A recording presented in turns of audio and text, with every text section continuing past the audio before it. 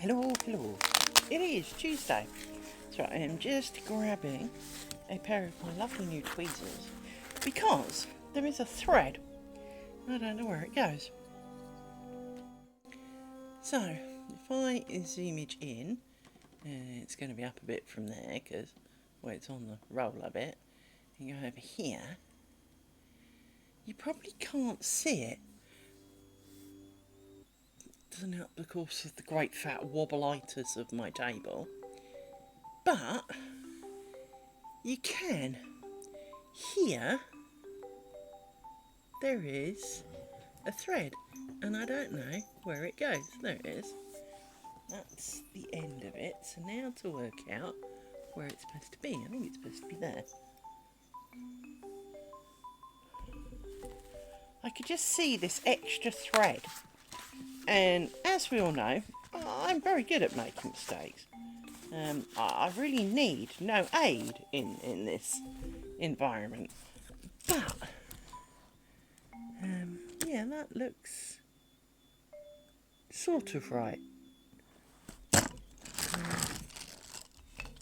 I'm not going to say it is right, because I've got a feeling that it's still not quite right. I think it needs to come around there.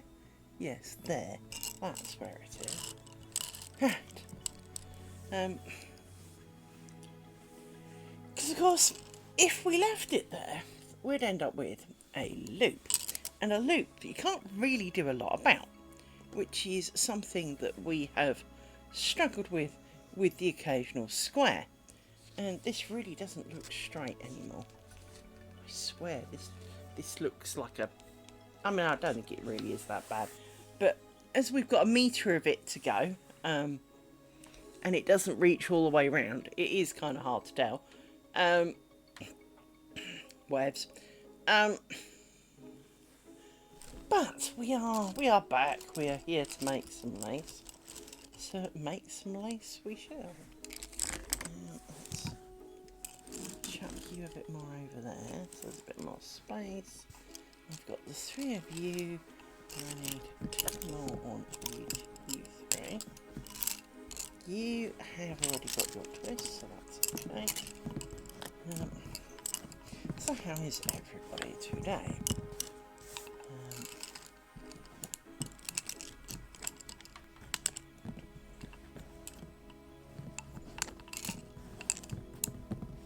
Oh, I've just realised my head's just gone. Excuse me, I really hurt. Thanks for that, brain. Thanks for waiting till now to tell me.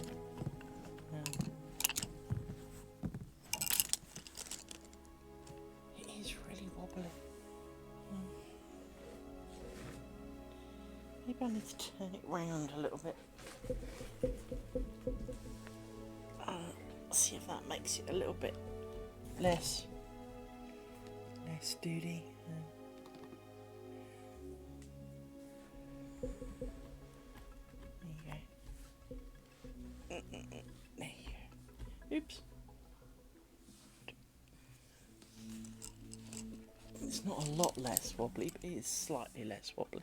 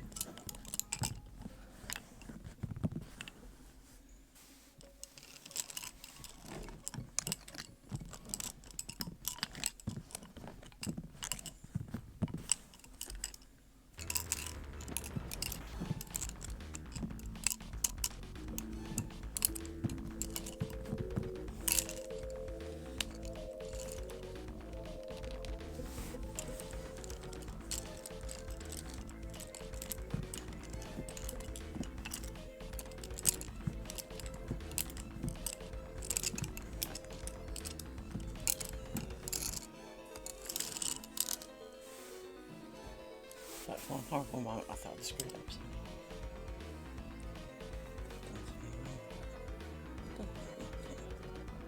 Well, I probably have, but not what I think it is anyway.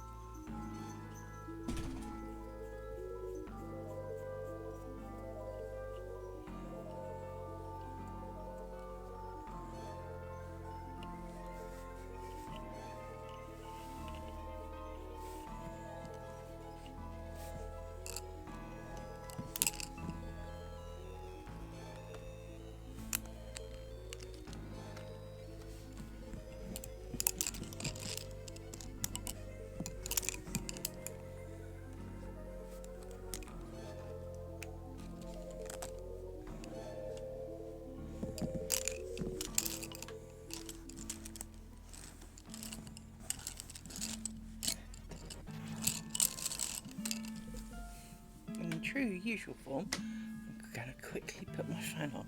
Alexa, fan on. Right.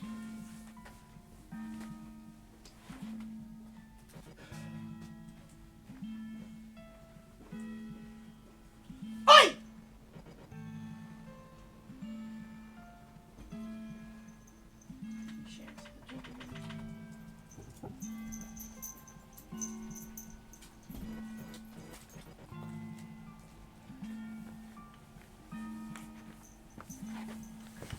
I don't know what you are eating in the garden, but there is no dinner in the garden. Thou shalt not eat it, young lady.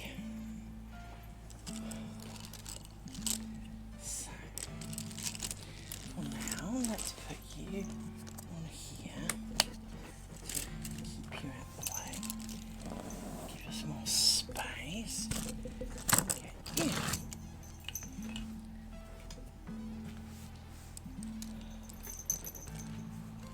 So we don't need you a sec. So let's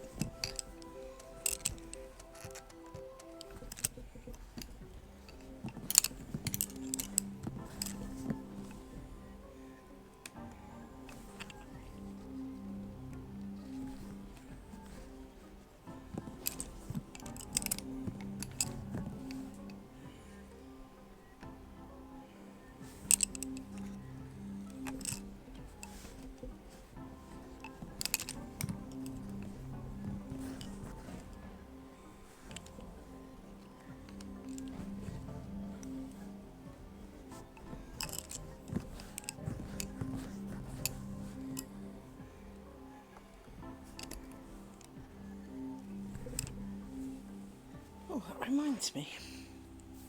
Made me had a thought then, people. So,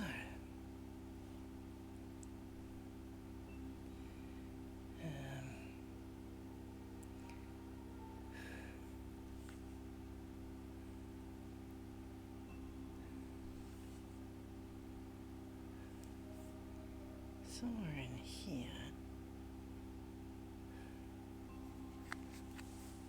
is an email in Danish.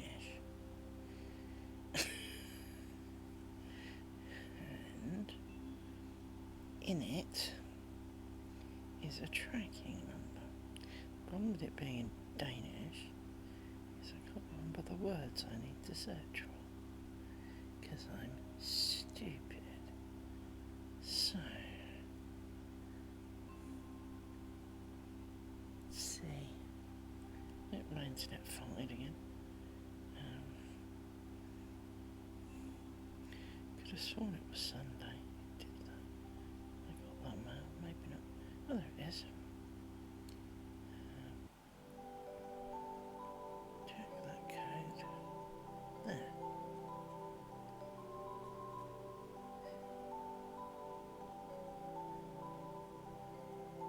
Not apparently according to that. I wouldn't get up even though it is. So, let me find my email.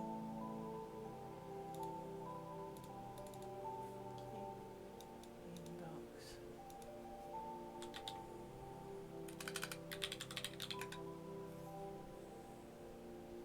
You're not going to find shit. I don't know why I'm looking for you.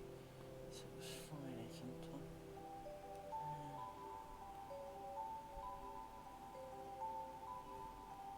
Tracking number. It says you can see status here, but it's not actually a link. That'll be why.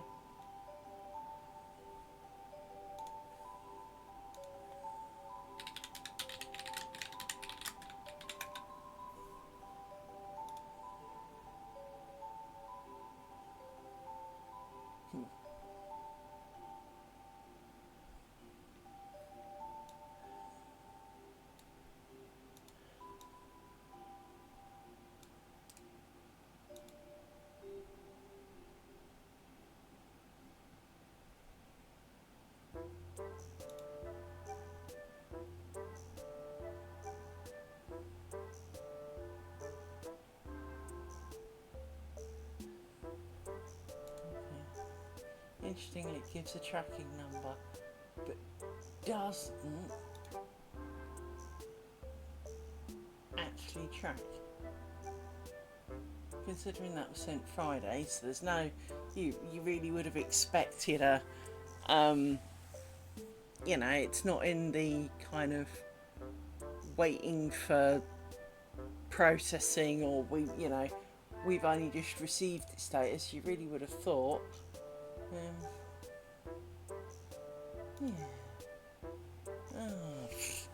Oh, I was wondering where my big pillow was. Wondering when that was going to show up. But oh.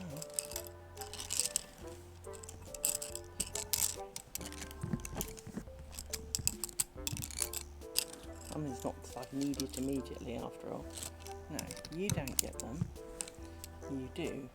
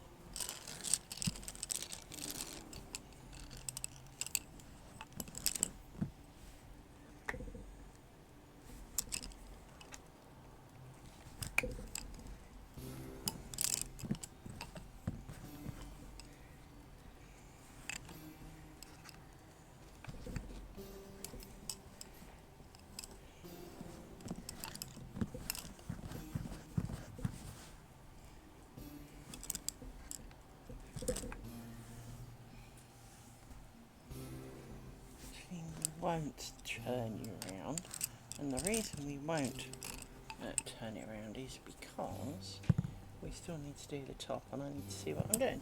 So let's mark you, shrink you down a little bit. Yes.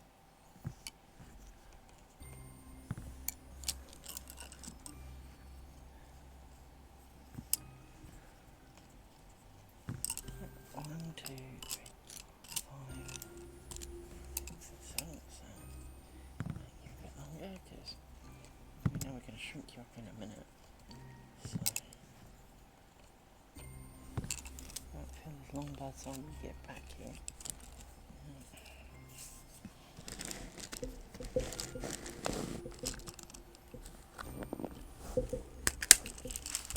The end like that.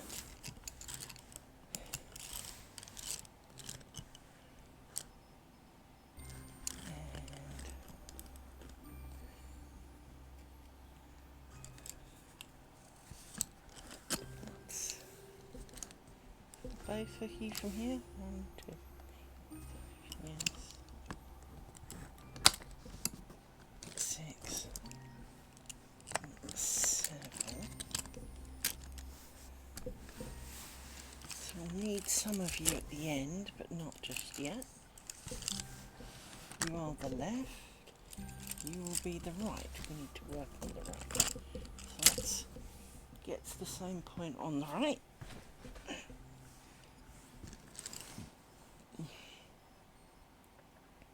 I don't need most of you, but we'll have you and you and you. And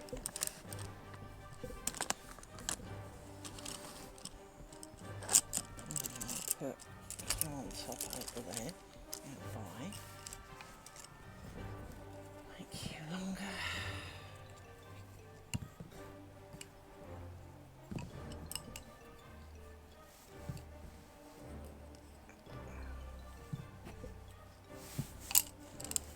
Like that. So.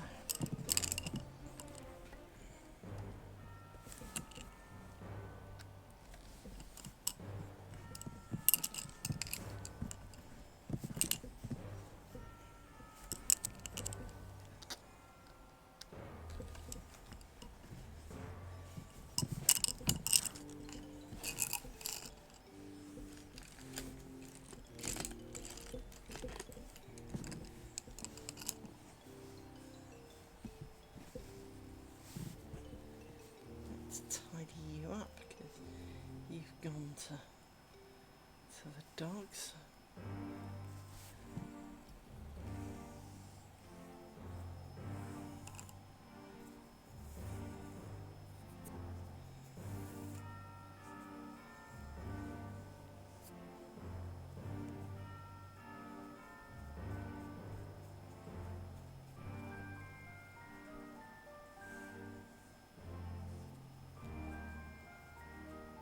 I feel like my left hand's being fat.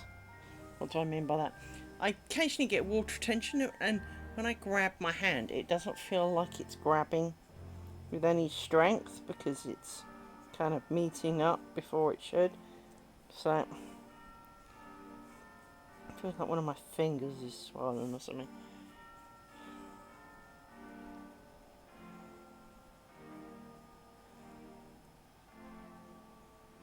Hard to explain. Hello, how are you?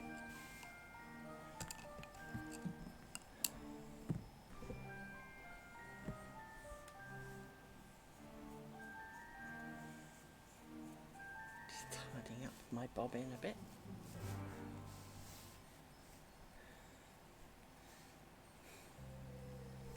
Because some of them end up like this one, or this one. Well, that's kind of why it's called work, isn't it? If it was fun, we wouldn't have to be paid to make us do it.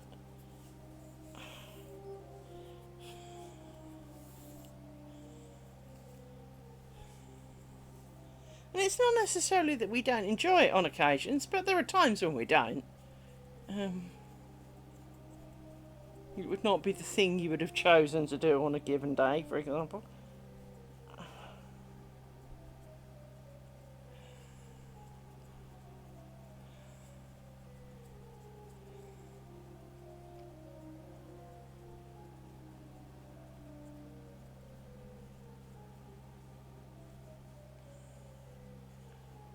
Joy. You see, it always struck me as daft that, I mean, we all know that in most roles you have to have someone who's doing the job and someone who's capable of doing the job when you're not there. And depending on what that role is, they end up with two to do a job that's really a one-man job, except for the times you're sick or on holiday. And even though the sick times and on holiday may be few, they have to have that kind of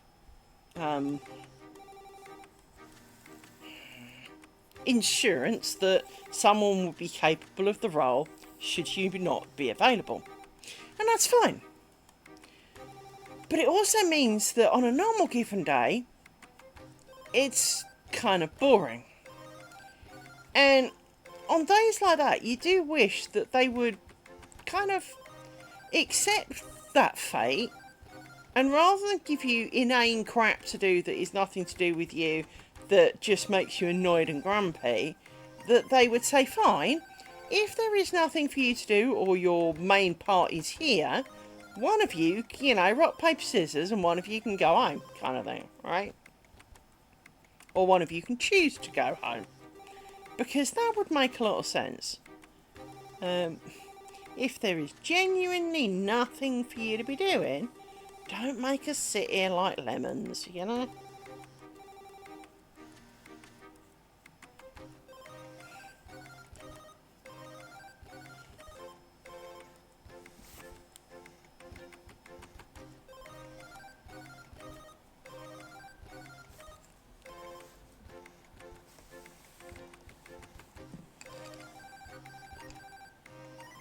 Well, it just kind of seems kind of obvious, doesn't it?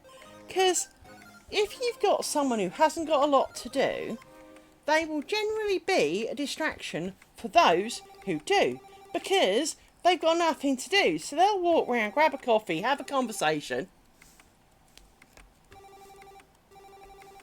Well, there is that. I mean, we're not talking about that. We're talking about the fact that some companies, maybe you can't sit and watch Twitch, or maybe you can't sit and read a book, or you can't do some knitting or whatever, because some companies let you, some companies wouldn't. So, for example, I'm pretty confident, not that I ever directly asked, but I'm fairly confident that the company I used to work for, and technically kind of still do, but it's complicated, would not have been impressed with me if I took in, say, this, and on a boring time whipped it out and started making lace. Because, well, you've got to be seen to be working. Yeah, but there ain't none. Well, I mean, don't get me wrong, in the role that I do, absolutely nothing is unusual, but, let's have got it all done that, I've got no meetings booked, I've got nothing outstanding, nothing I can be doing. The only other thing I can do are other people's jobs, which is not what I'm paid for, and, their stupidity does not necessarily mean I should make it mine. So, with all that in mind, I'm pretty confident, even if I whip this out during meetings, that, because we've all been on a few of the, why am I in this meeting? How is this anything remotely to do with me? Couldn't you just have emailed me if there was one thing that was kind of me related? Because I see you've got this booked for like 2 hours. Yeah. Could you not have just mailed me? Those kind of meetings, And so, I mean, I'm really lucky. I work from home. And so, on the longer meetings of why am I here, I can do other things. I can hug my dogs. I can put my Bluetooth headset on and walk, and go for a wee and make a cup of tea and come and sit back down. It is. And it was kind of funny because where I work, all of our managers, and I do mean all of them, had been absolutely vehemently against us all working from home. They all thought that, you know, if we worked from home, we weren't working, that you know, that we wouldn't get anything done, that we were irresponsible. Well, I'm putting words in their mouth, but basically, anytime you brought up working from home, it's, oh no, you can't do that. Oh God, no, no, no, no, no, not at all. But all of our contractors could. And as permanent employees, it was kind of a sore point for many of us that we, as permanent employees who had sold our soul to the company, had less perks in that respect than are paid by the hour hired help, shall we call it. And so it was kind of, I mean, I remember asking one manager, so why does so-and-so get, because I was put in charge of a team, and it was like, so why does so-and-so get to work from, oh, work-life balance. Well, so can I do that? No. And we've had quite a few who took the piss. We had some who didn't. Do not get me wrong, the particular one I asked about was about the only one who didn't. But it was curiosity, because, you know, out of all the team that was there, this dude was the only one who worked from home 1 day a week at the time. And it was kind of like, so almost like, so what made him special? What's he, you know, what is it, medical, you know, just so I know, you know, I've got an idea of, you know, why he's not there. You know, could I ask him to swap it, for example? And the answer was, because he can. Well, I'm sorry, that surely needs to apply to the rest of us. And of course I've just realised you've gone into ads and you probably can't hear a word of this.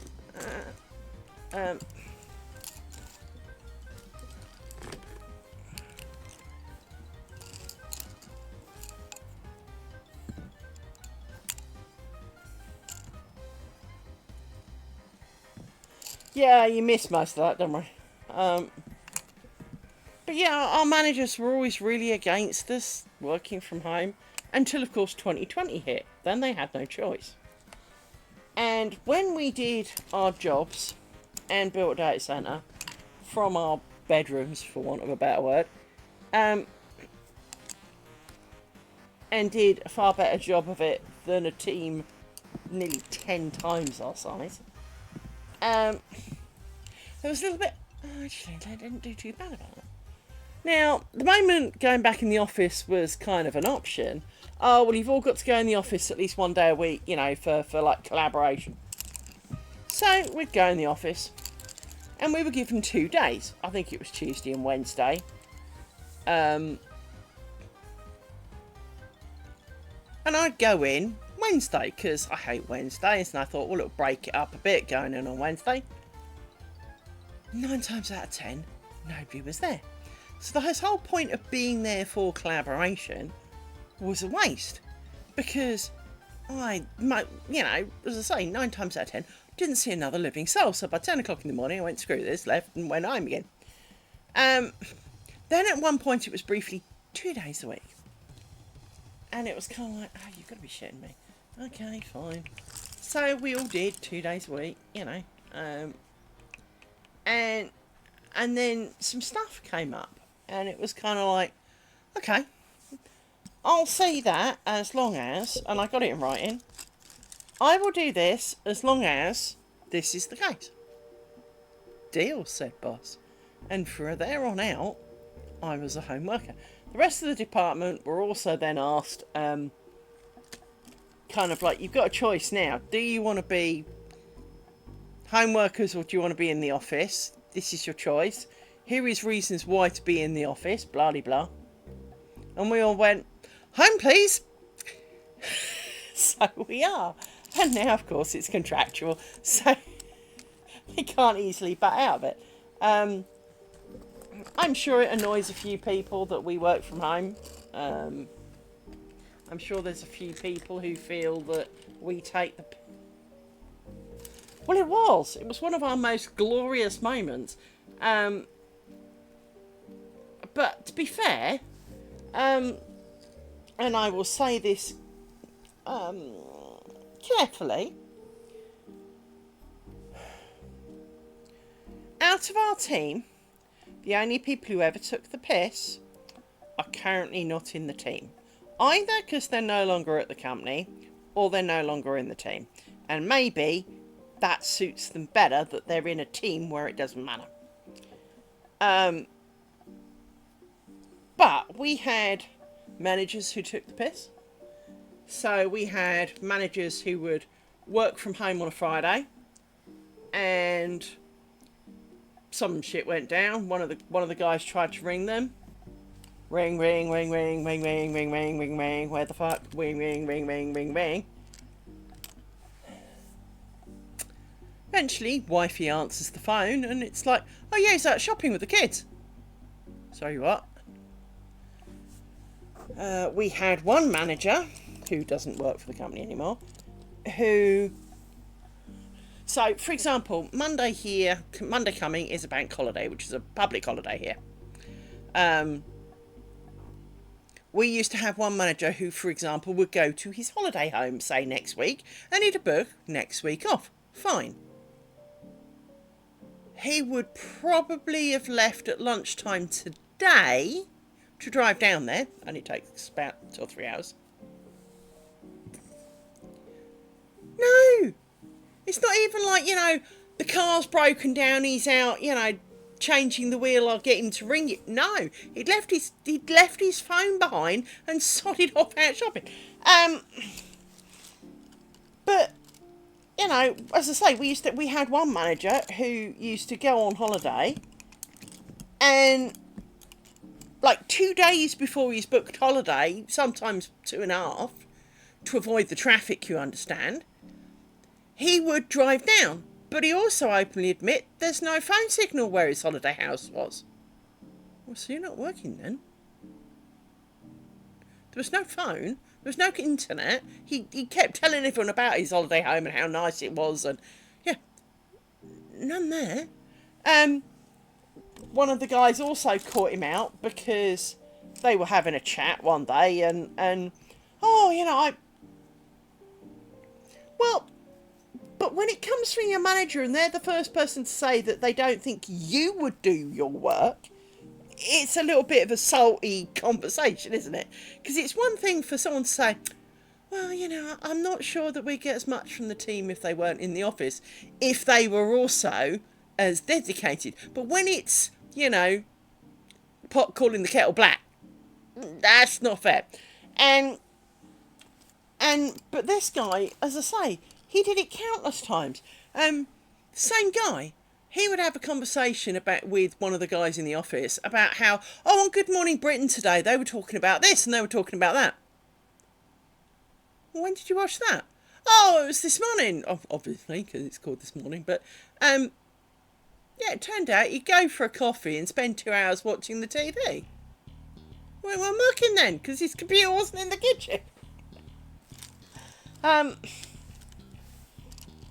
As I say, I to an extent, I am one of those people who that if you can get away with it and you can sleep at night, go you, right? But at the same time, don't then expect other people not to want to be able to do the same. I'm not very good at one rule for one rule for everybody else, right? And to all the managers who did I'm working from home, bear in mind most of them were team leads, not even managers,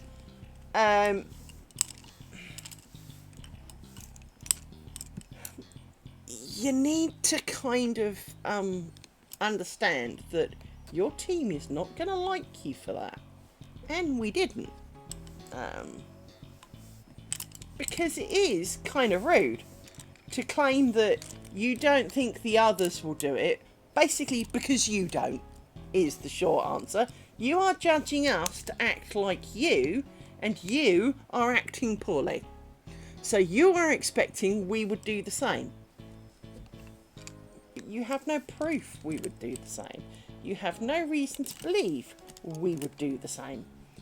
And for the few times a few of us got to work from home, we always did far more than we would have done when we were in the office, because you don't have to listen to the 3-hour conversation about football in the morning and wait for the free toilet and the kettle. You can just go to your kitchen and make it and come back. And because you're not travelling, you're not sitting there going, oh shit, I'm going to be in the traffic, oh shit, I've got to leave, I've really got to leave. You just kind of close the lid and walk away. So, if you spend an extra 15 minutes finishing something, it's not really that big of a deal. And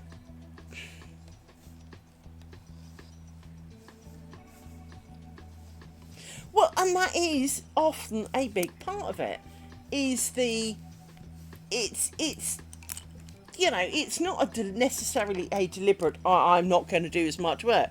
But, if you've got to catch a bus or a train, depending on when the buses and the trains run, well, if the bus, let's say you work till 5 and the bus is 5:15, you're not going to stay in that office much beyond about 5:15 if the bus is right outside. If you've then got to walk to the stop, well, you've got to allow enough time to be there before the bus or the train or whatever. And so a lot of the time, these things dictate, I need to go now.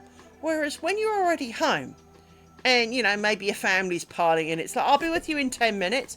You can finish what you're doing. If my dogs are getting antsy because they want to go out in the garden, whatever, well, I'm already here. I just open the door. I'm not sitting there thinking, I've got to go clear up when I get home. Oh, God, no. No, because I'm already here.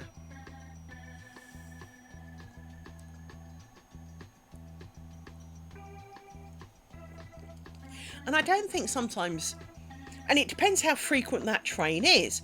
If that train was once an hour, but that's the thing, if that train, say, only runs once an hour, well, adding an extra hour onto your journey because you worked an extra 15 minutes, well, by the time you get home, and maybe the hour later ones, I mean, obviously it depends on where you are and all the rest of it, but we often have what's called the fast train and the slow train here. One does every stop that, every blade of grass almost along the train track. The other one basically goes from A to B and barely stops in the middle. Well, even if you're not late to class, it means that you didn't necessarily get to sit and wind down. It means that you didn't necessarily get to pack your bag and check it again. Or it means that you had to skip your dinner. Or it meant that you couldn't shower before you go. Or it meant that, as you say, you're late. These things can have huge knock-on effects to other things. And there is this huge presumption sometimes that you don't mind. Well, actually, maybe I do. Maybe I do mind. If you've got small children and you're going to miss bedtime, well, maybe you do mind. If it's going to be a bit of a habit because the project's running over or whatever, maybe you do mind. And sometimes I don't think companies realise that overtime per se is not a replacement. So, for example, I refuse to work on my birthday. It's one of the few things I do. But, for example, I remember, long time ago now, a project needed some work done at the weekend. And they kind of went, and it turned out the company of contractors that we had couldn't cover it. And on the Friday, it came out that they'd asked my boss if I could cover, but what they hadn't said is that included the weekend work. What they'd kind of said to her is, can Liz do the week stuff? Well, Liz can do the working day stuff, sure. What they hadn't said was that actually that's 24/7 cover as well as the weekend. And I went upstairs and I kind of went, look, I will cover you Friday afternoon, because I don't normally work Friday afternoons. I will cover you Sunday. I will cover you 24/7 next week. but I am not doing Saturday. Bear in mind they weren't going to pay for it either, right? And it's like, well, why not Saturday? Because it's my chuffing birthday. And out of all the days in the year, this is the one day I will not work. And there is nothing you can say to me that will change that. Now, I am not exactly a celebrator of birthday.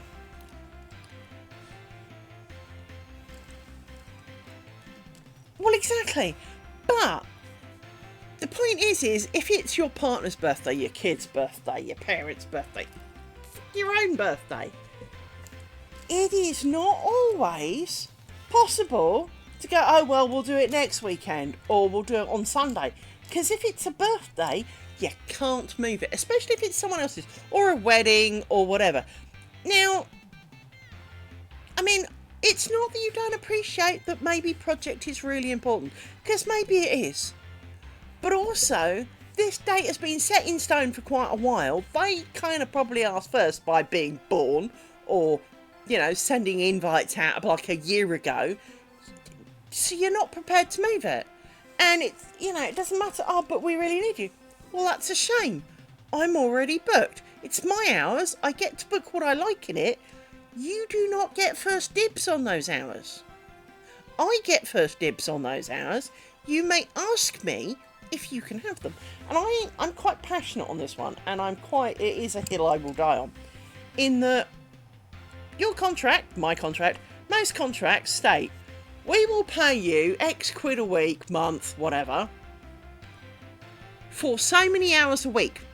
Usually, and almost says between the hours of X and Y. Anything that's not in that, officially in that contract, is not a guaranteed thing. So, it will say you can have so many days vacation, whatever, right? Those are all contractual. Those are agreed, For the sum of whatever quid a year, I will come and do this job that you've explained. You will give me this money. I will do this many hours. I will be entitled to this many days off. That's the contract. Beyond that, if you require extra hours, they are at my discretion. Just as, boss, can I go home early, something's cropped up, is at your boss's discretion. That, boss, I really need to go to the dentist before I scream the building down. This is at your boss's discretion. You can call in sick or whatever, but, you know what I mean. Is, if it's the boss, I've got to go and do this, is there any, do you mind if I take a long lunch break while I go and do X? That is your boss's discretion. Just as, can you stay late tonight? I need a hand with this. No. Well, why not? I don't have to tell you why not. The answer's no. It's my life. You are not I do not have to justify you not... I mean, if you're going to be shitty about it, chances are they will be more shitty back and, not be as flexible. But they've also got to understand that sometimes the answer's no.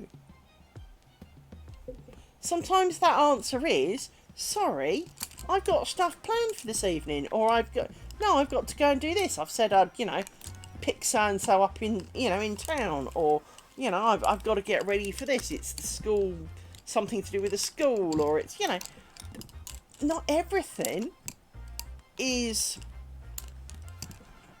going to be available last minute.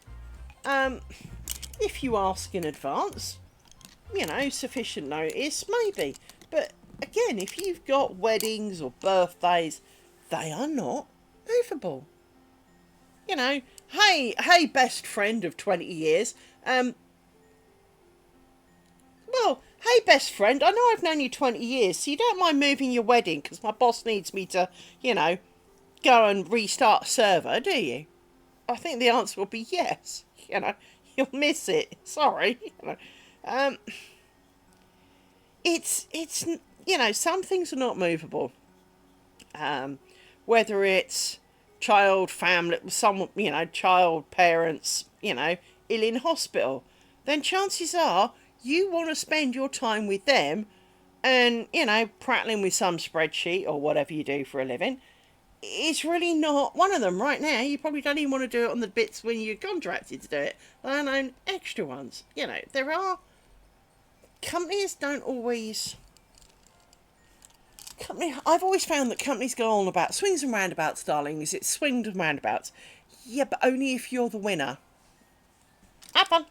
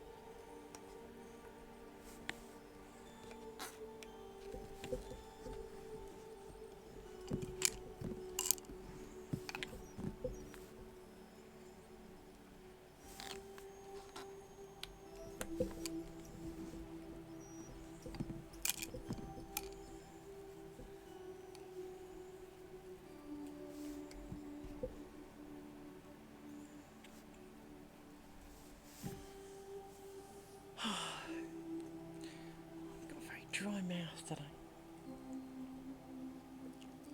The weather's turning. I think that's part of it. It's not sunny today. Has been for a while. In fact, it's in that kind of shouldn't I be raining look, i.e., it's kind of windows grey, with a bit of a wind.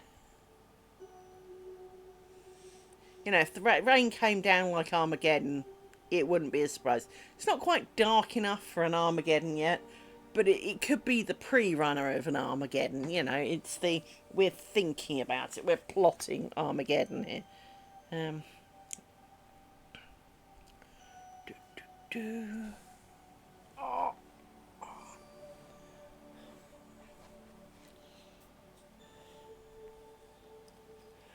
Um.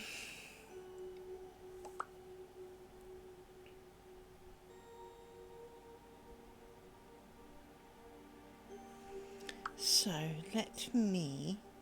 What was I going to look? I was going to look at the weather, wasn't I? See what the weather says. Oh, excuse me.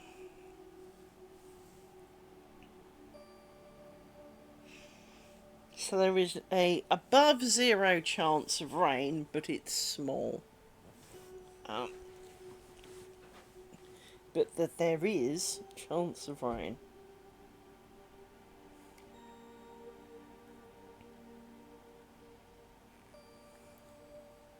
Looks like my co-worker's about to get wet, but it's not as far north as me. Oh, excuse me. Sorry. When I start work this afternoon, I was absolutely beat.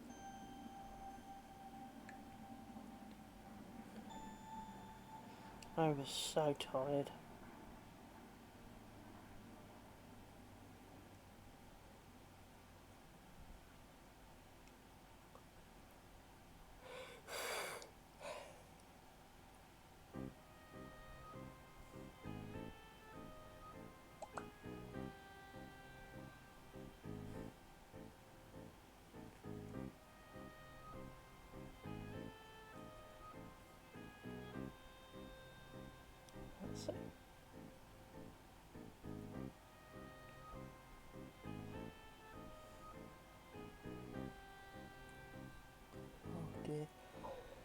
Oh, I'm so sorry. I've got such big yawns. This is the problem of having a day job. If I was one of those, not that I expect you all to do this for me, but you know, this is the advantage. Yay! This is the advantage, of course, the full-time YouTuber-y kind of influence people have. So they're not holding down a 40-hour-a-week job and then trying to kind of, not quite do the same again, but feels like it. Because by the time I've done my stream, I then have to upload it, which takes about half the time that it did to do the stream. Then I post about it so that other people can find it. And often it's like something o'clock in the morning before that happens. And then I wonder why I'm tired. Excuse. Hang on, let's do the yawn thing. Let's put that up. Because clearly that's going to be a problem. Right. Actually, let's do this. 1, 2, 3, 4, 5, 6, 7. Let's put you in a stick. Do the bit in the middle. Well, as I said, some of it I think is the change of the weather, because that never helps anybody. But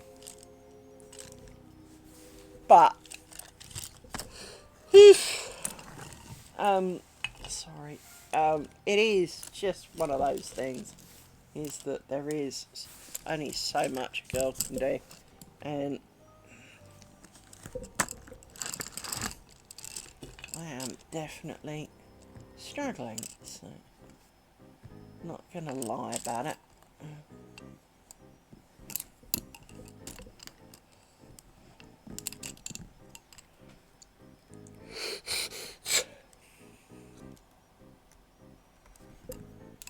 Well, and this is the problem. This is, you know, and this is the thing.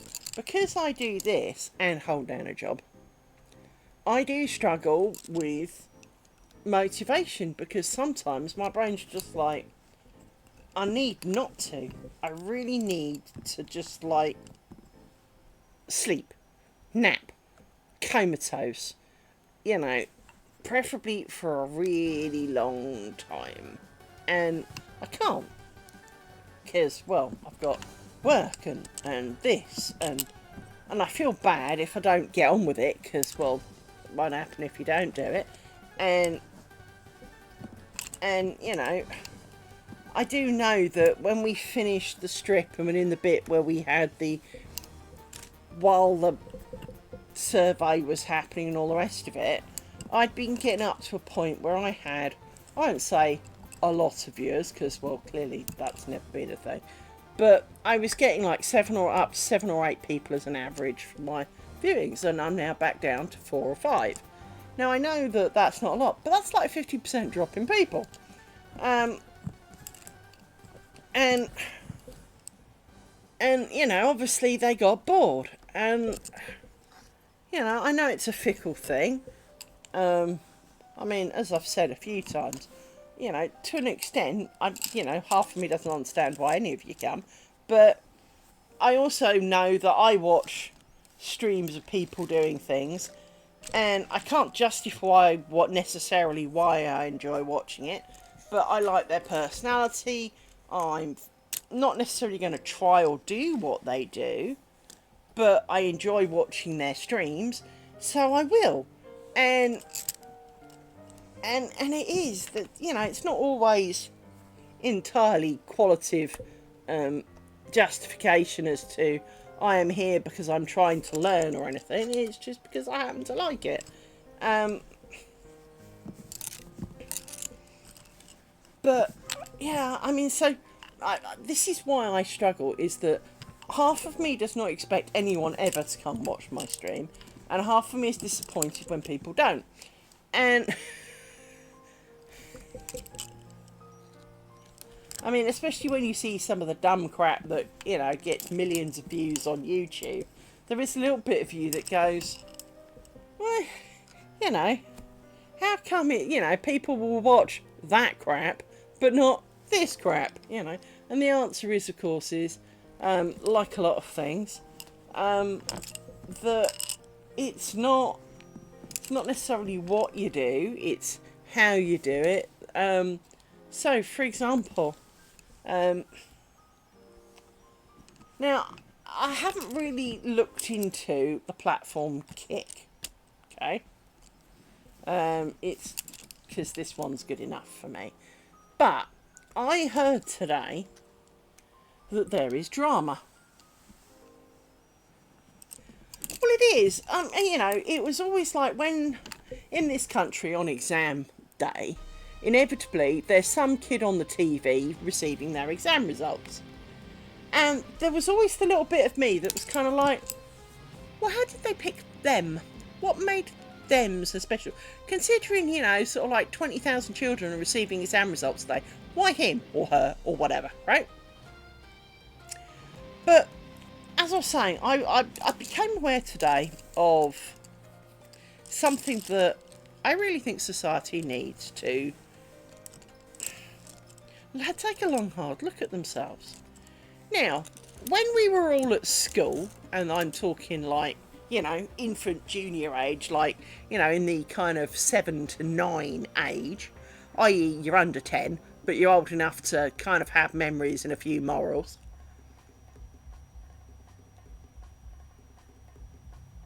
Most children in a class, there was a bully.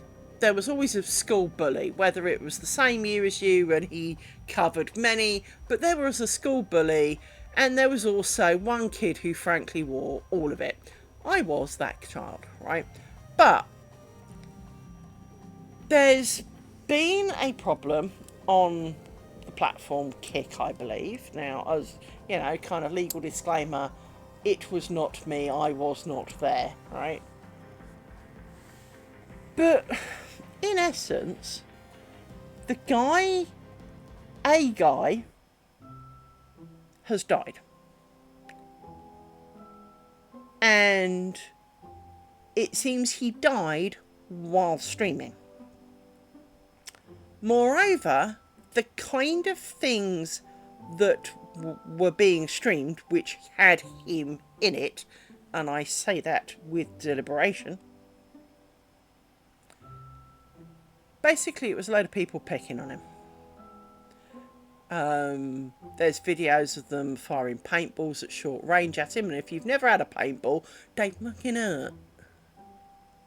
But there was another one with them hitting him with kicking and punching him. Admittedly, they had boxing gloves on, and it didn't look like a full hard whack, but they were still hitting him. And although it's not a language I particularly speak, he did seem to be objecting to it. And basically, well, as I say, the man has died. And people were watching that. People have been watching other people bully a man who... Well, it's a man who looked like he had a few struggles in life. Now, you can't judge a book by its cover, but occasionally you do look at someone and kind of go, they look like they've had problems. And this dude did look like he had had a bit of a tough time. But, well, he's clearly not got... Well, he's not really having a tough time now. He's not having any time now. And I do know that, for example, there is such a thing called the mob mentality, which is that people can get caught up in the spur of a moment and kind of other people. So as a person who doesn't generally drink, I can happily vouch that you can go to a party where everyone else is drinking quite heavily, and you will also act slightly silly because, well, none of them are going to remember. And they're having fun, you're having fun, and I'm not going to say it gets carried away or anything to that extent, but that there is, in essence, a mob mentality where each individual, if asked stone cold sober or, on their own, out of context, would you do this, would probably say no. But put them in a really big crowd who are doing it, they will probably join in. And it... bugger off, spam bot. We don't need that. Report, spam bot.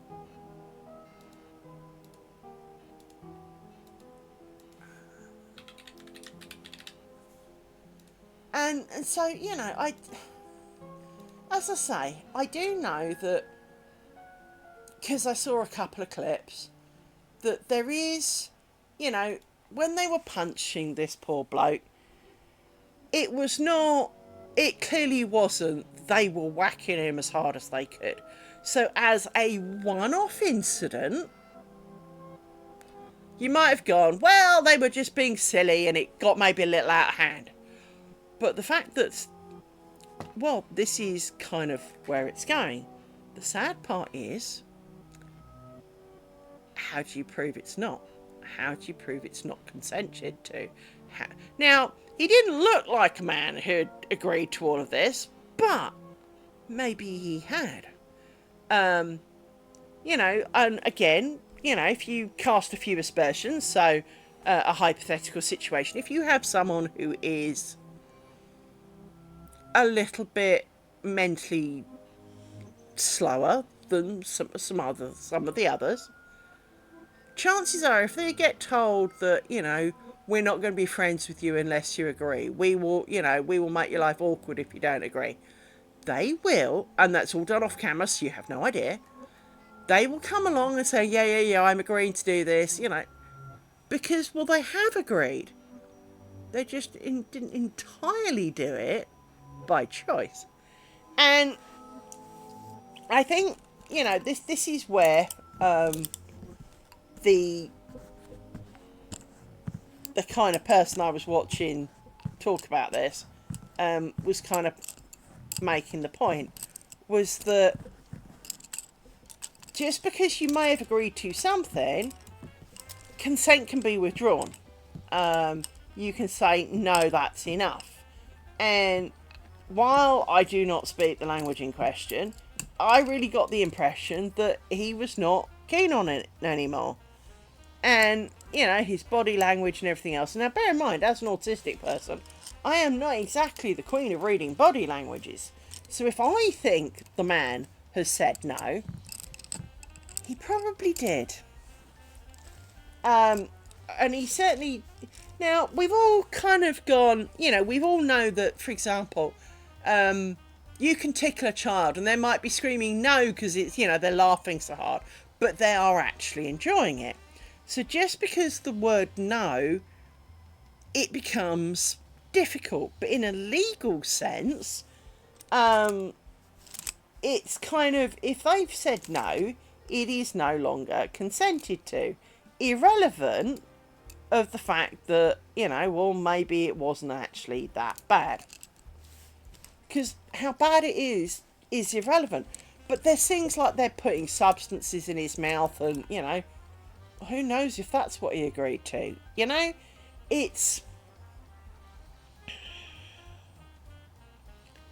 There just seems to be a very tragic end to something that should have been easily avoidable. And I find it difficult that any platform would be okay with that. Now, we all know that there's been some random videos that were maybe not safe for work videos that have turned up because people forgot cameras were on, or... And that's slightly different because while they were doing what they were doing with consent, they just forgot the camera was still rolling.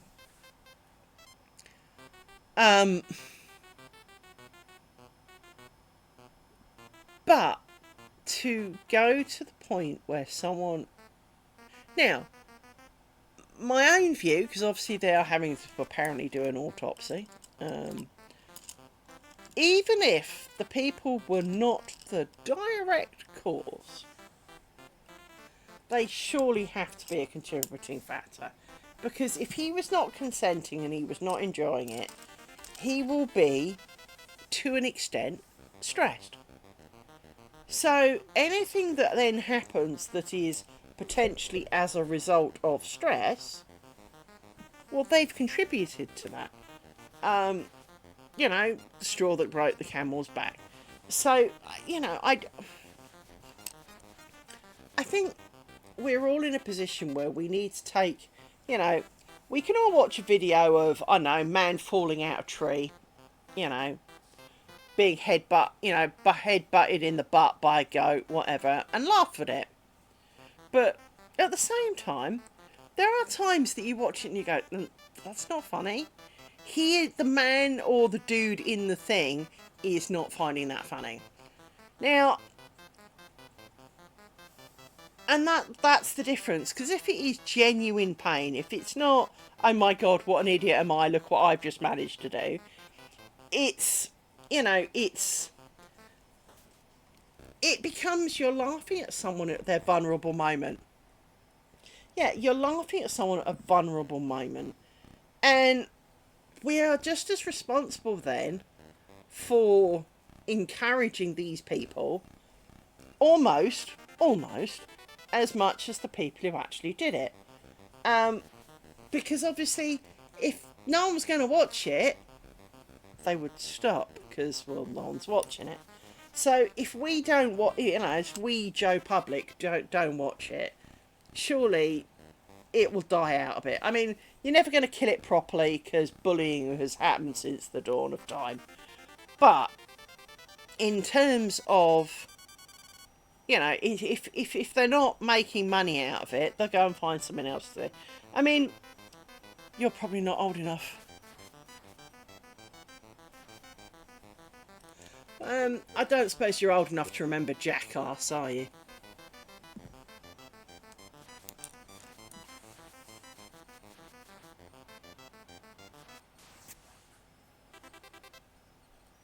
Because Jackass was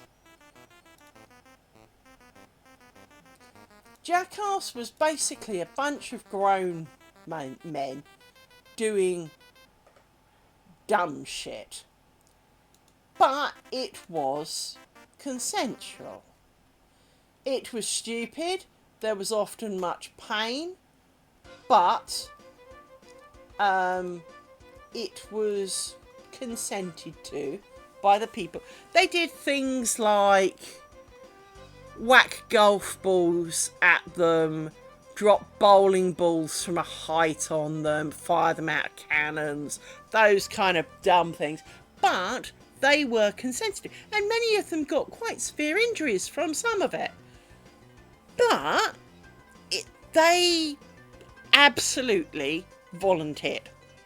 I'm going to paste you this link, which is the link that I was watching earlier. Do not watch this if you are not prepared to see upsetting videos. But this is about the guy who has died. So this is very much very hard to watch video, but it is it is done by a guy called Legal Mindset, who is a American lawyer. Now, he is not au fait with the true, but it is there if you. He does put up warnings, so he does put up a warning before he shows the video, so you could hear his point of view about the story and then not watch the videos. Is a good advice. But he's a lawyer, but not in the country that this was done. He just, and he is giving his legal viewpoint on some of it. And the reason I share it is not because I want to offend everybody. It's not because I think they did the people in the video are doing the right thing. Far from. It is we as the audience should be not standing for that kind of rubbish. And, while we are just few individuals, for everyone who stands up and goes, you know what, that's fundamentally fucked up, then, you know, we each have that chance to sway the future a little bit. I mean, someone once said, if you don't think a single voice can make a difference, try being the mosquito in the room, right? If there's a mosquito in the room, people aren't sleeping now. So, you know, one voice can make a difference, but, you know, if the internet bandies together and goes, you know what, that was just wrong. That, you know, there are many things that, you know, people can do in the privacy of their own home, and you know, we might laugh at them, we might not, but getting to a point where bullying a bloke live on camera is really not one of them, you know.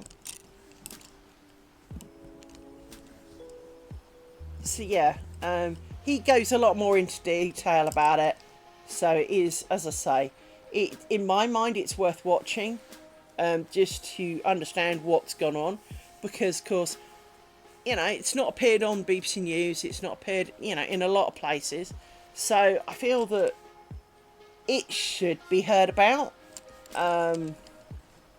People should be aware that, you know, not all platforms are equal. I mean, Twitch has quite a few, you know, standards that, you know, you can report me if I do this, that and the other, you know. But clearly, that didn't happen for this guy, and, you know, or it wasn't against the terms for the platform that they were on, and, well, maybe it needs to be, you know. That, I mean, there was... Well, and that's the thing, you know, nobody is perfect, right? Absolutely nobody is perfect. But like everything, if you're going to stand up for something, stand up for those who can't stand up for themselves. And, well, this bloke, clearly, no one stood up for him, that, you know, not enough people stood up for him. And it's about time, although it's too late for him, we can stop there being more, right? And I'm very much against bullying as a whole, because that was me as a kid. And I will stand up for people. I don't care if I don't know you. I don't care if if I see you on the street, I will stand up for you. I will stand up for people in shops, and I have, and I'll do it again. I do not like bullies. I absolutely do not like bullies. And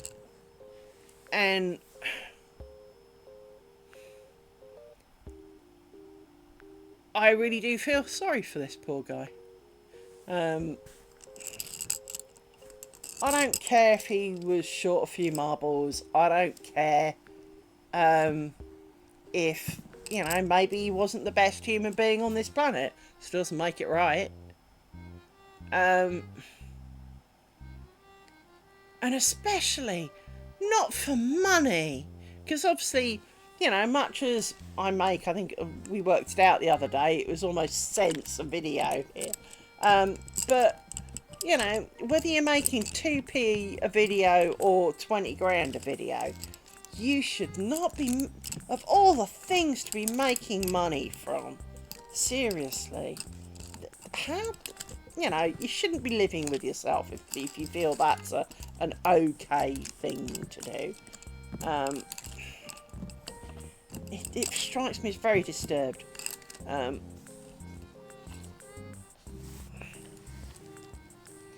Well, sadly, the answer is probably very well. Because if you don't see the problem with your actions, it's not going to keep you up at night now, is it? And I can't remember, but there was something that I was watching, and it was kind of like the slave labour thing, you know, something about slave labour. And someone actually said, you know, well, how do you sleep at night knowing this? And it was like, well, quite well, actually, because, well, someone's got to do it. Yeah, but you could pay them, you could give them healthcare, you could... Yeah, but... Or I could not and save the money. If they don't see a problem with it, they will sleep sound as babies at night. And that's the bit we need to change. That's the bit where we have got to make it so that there is no way they can't know that the rest of the world thinks that that's wrong. And, you know, if ever there was a time for kind of pitchforks and storming the castle, you know, kind of surely that would be it. You know, I don't care if he was the village idiot. You killed him off, dude. Yeah. And of course, the other question is, so their punch bag toy is no more. Are they going to get another one? Are they going to find the next one? Exactly. It's you know, it is the kind of times when if someone said, "Well, get your pitchforks, we're going on a rampage." Okay, I'll just, you know, I'll just put a bit of poison on the end of the points. Be right there, you know. We meeting at the barn. Okay, see you in 5. You know, but the problem is, you know, well, so are they going to find the next dude? Is there going to be, you know, dude number 2? Are they going to become, you know, because well, they'll be so used to making money from it and having people watch it, they'll want to feed the monkey. They will want to keep doing it because, well, it was being successful for them.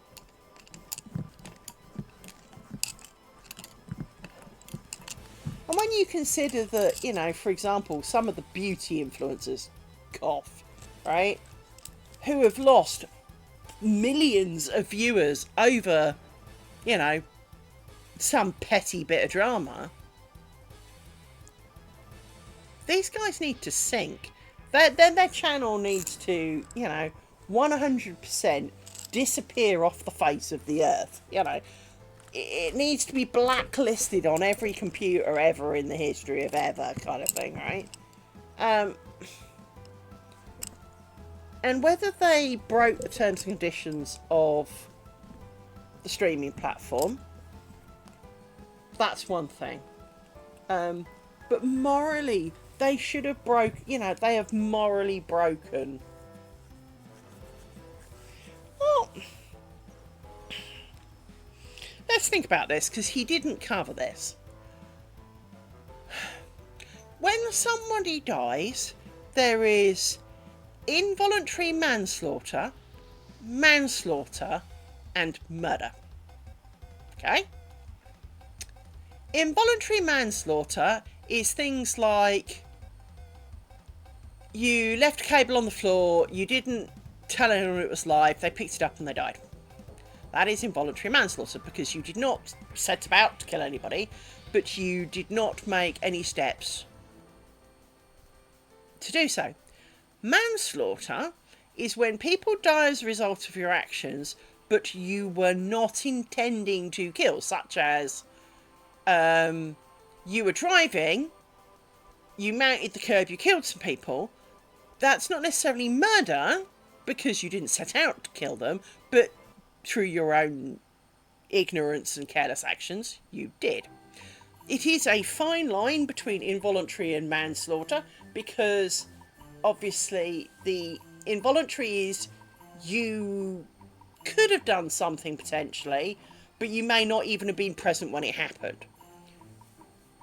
Such as, you know, you put something down and it's blocking the fire door and someone couldn't get out. Manslaughter is you knew something was wrong, it happened, but you had not intentionally meant to terminate someone's existence. Murder is, of course, you did.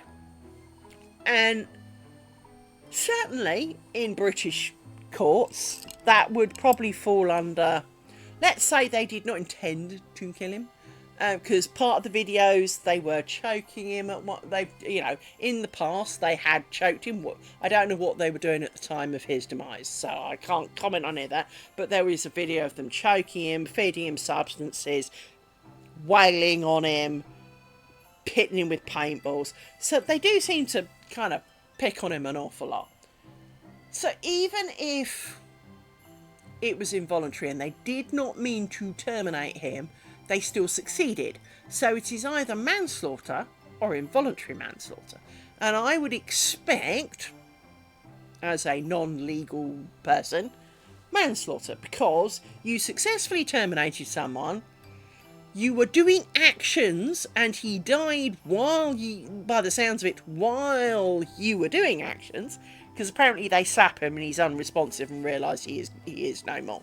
So they were clearly doing something to him or just done something to him, etc. So I would argue that it could be manslaughter, but it could also be murder on the grounds that, you know, you repeatedly subjected him to unnecessary torture, and that maybe his body just didn't take it anymore.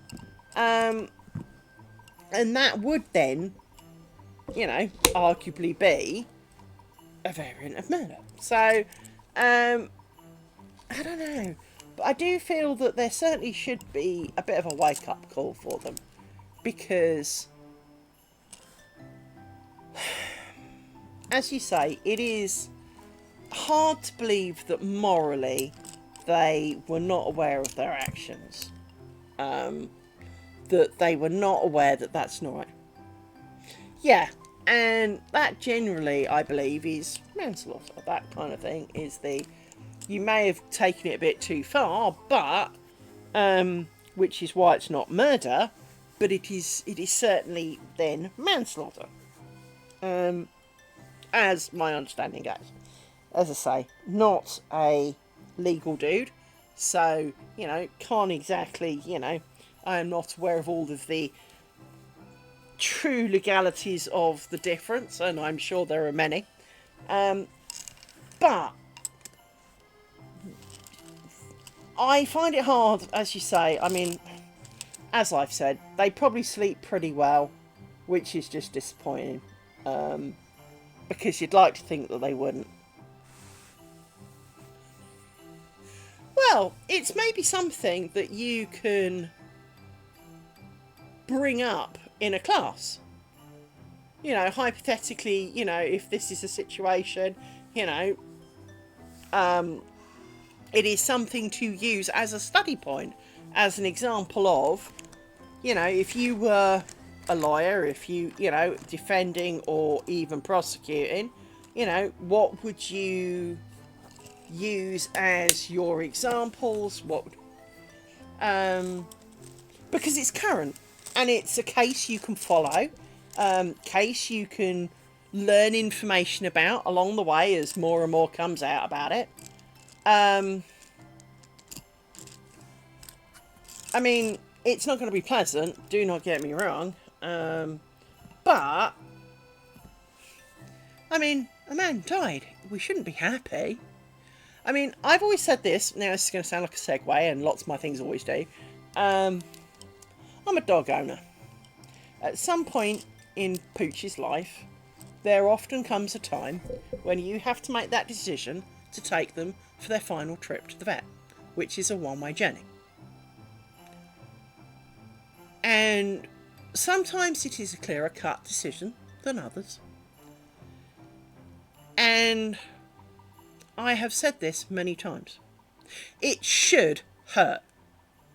It should not be an easy decision. It may be the logical decision. It may be the right decision. But it should hurt. You are taking someone who loves you with every inch of their soul on a one-way trip to bring an end. It should hurt.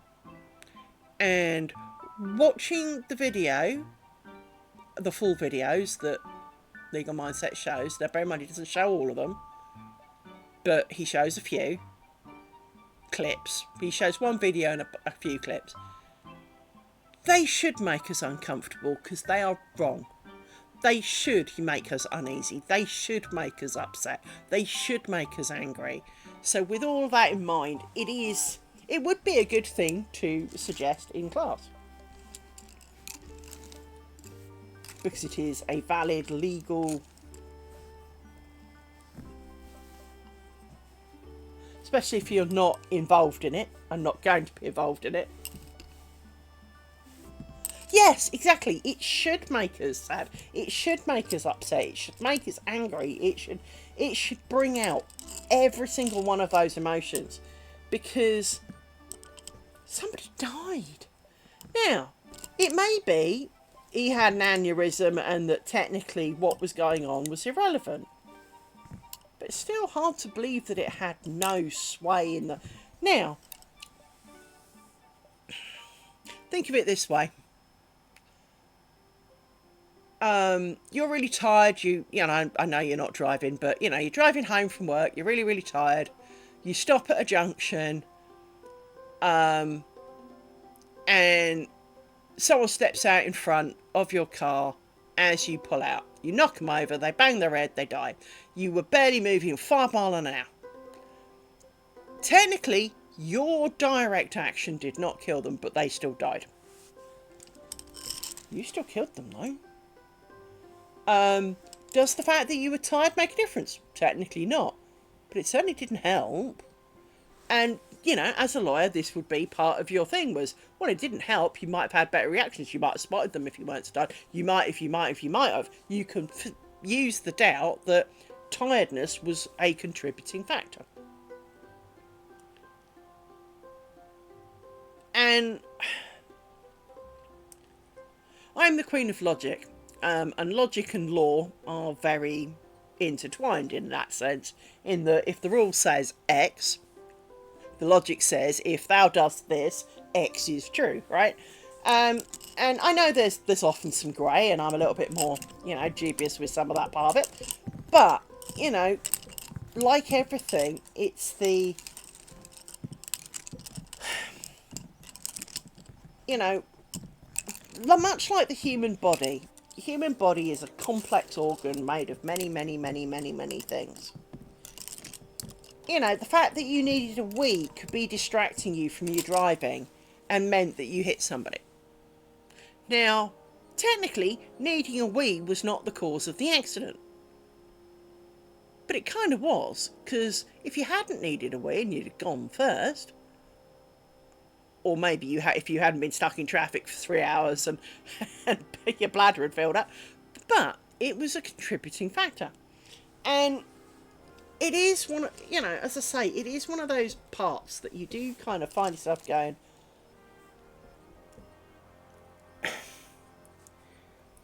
even if their actions are not the direct cause of this poor man's demise, and that, you know, it was just gonna happen, they certainly didn't help. They certainly, you know, did not give him the last best moments a man could have, right? And what's the point? They were not his friends. And I don't want to think that there'd be another. I think that, you know, the entire universe of humanity should be able to learn from this and go, we will not let that happen again. Now, there was, again, it's going to sound like a thing. Hello, Weepy. There was I say recent, in terms of humanity recent, in the last couple of years.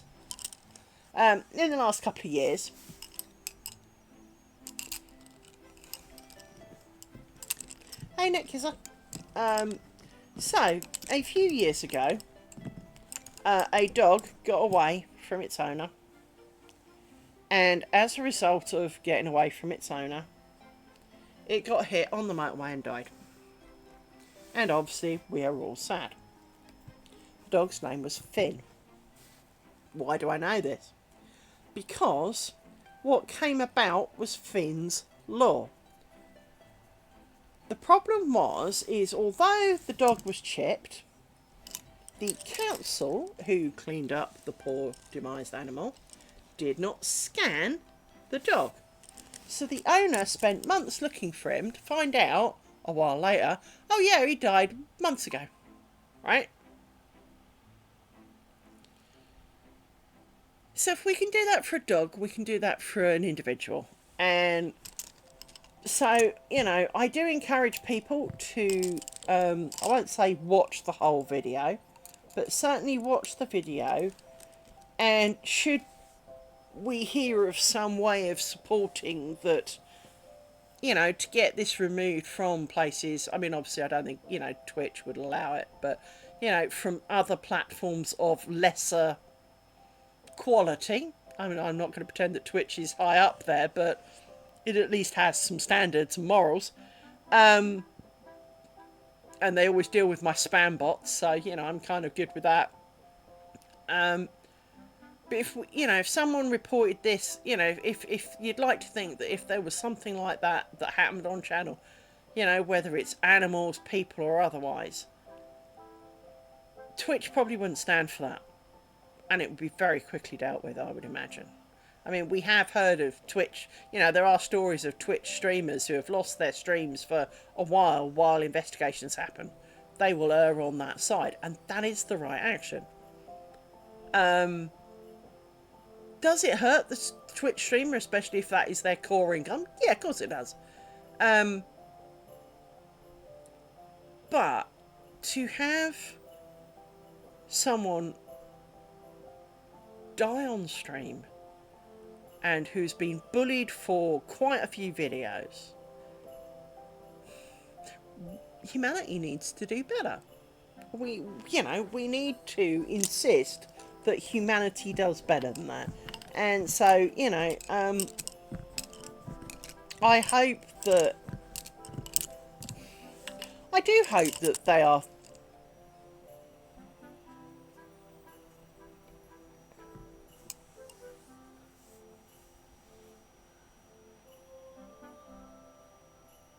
oh,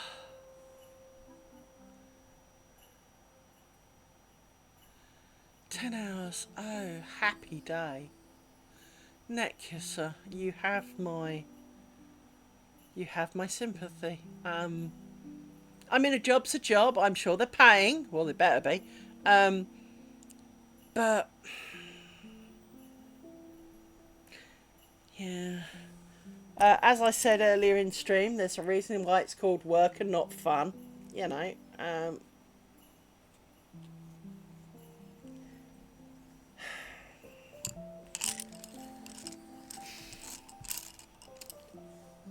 But you see, there's a really good example.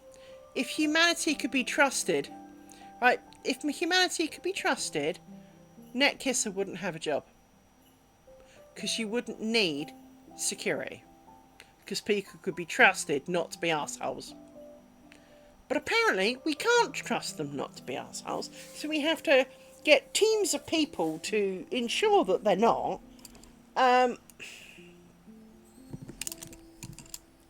And you know, if you think of all the changes in the world that's happened, I mean, for example, I haven't left the country since I was 16 years old, so I am very out of touch with leaving the country. But last time I flew on a plane, my dad wanted to smoke his pipe, so we sat in the smoking section. Yeah, there's plenty of them about. I seem to recall, isn't that what Bailey does as well, if Bailey's around?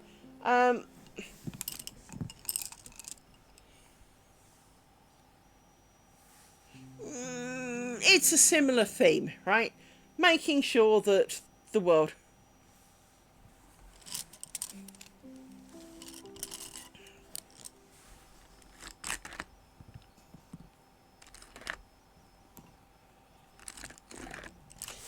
This is an interesting distinction.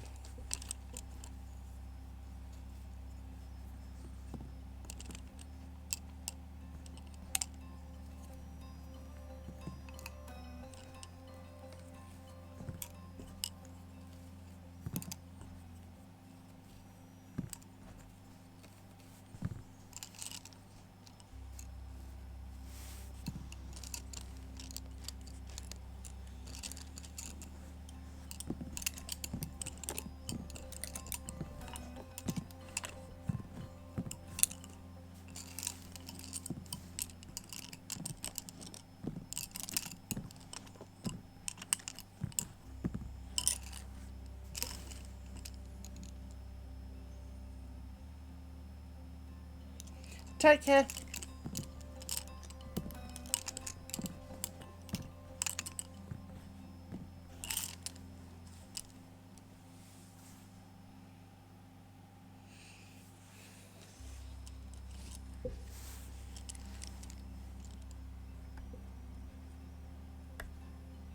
I suppose the key difference then,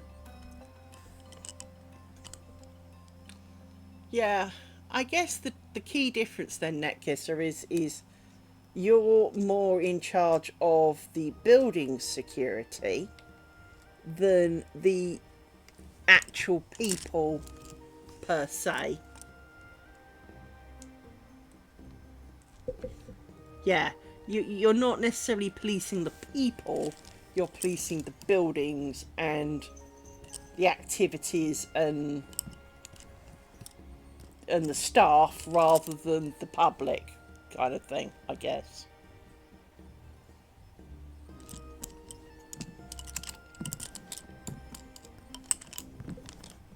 Do you get the cute bomb dogs?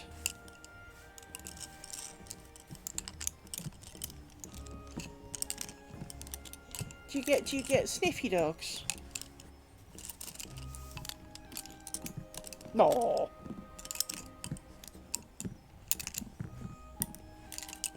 That'd be a good reason to do it. Sniffy dogs.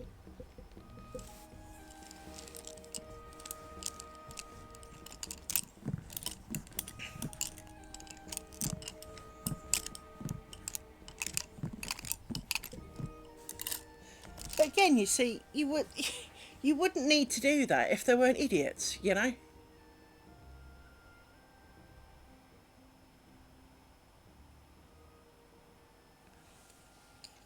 Yeah, so I guess that's the key difference, isn't it, EP? Is that a security guard is more about ensuring what the public do. Airport security is more about the staff and the buildings and the planes and the yeah.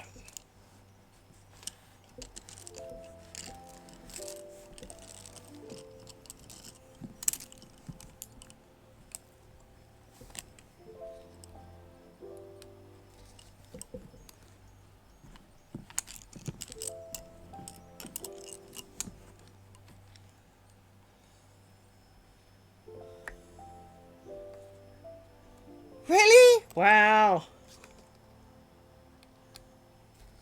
You need more doggies. You need more doggies.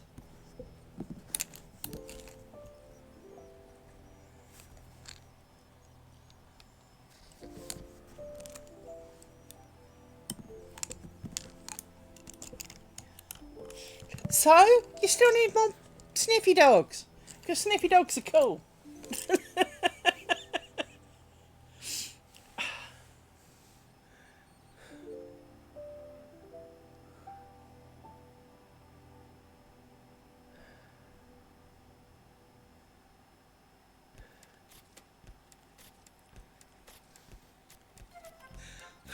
No, don't take it to a breeder. Go down the local dog shelter and give them all a bit of a test. Because most of them are the most lovely, stupid things going.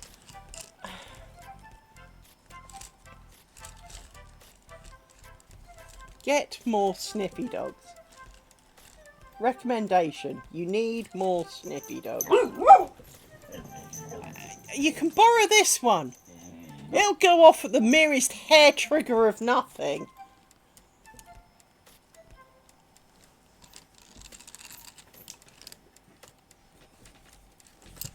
Well, that's because that's what they're trained for. You'd be surprised. I mean, they have cancer sniffy dogs too, you know. But yeah, you need more sniffy dogs. Because, you know, whenever you see the airport sniffy dogs, they always seem to be having such a happy time. Why does this look weird? This looks weird to me. Maybe it's just because I haven't spread these out yet. Let's find out. See if I screwed it up somehow.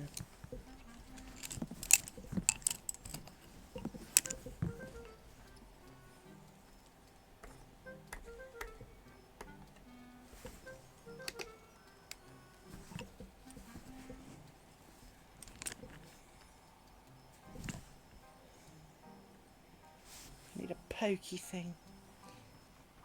Pokey thing.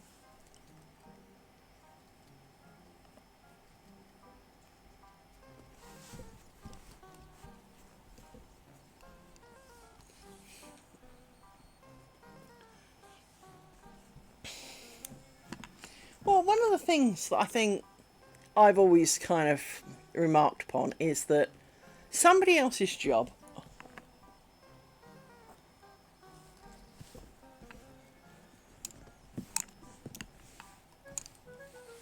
oh, they're always enthusiastic. They're usually Springer Spaniels. They don't do anything but enthusiasm.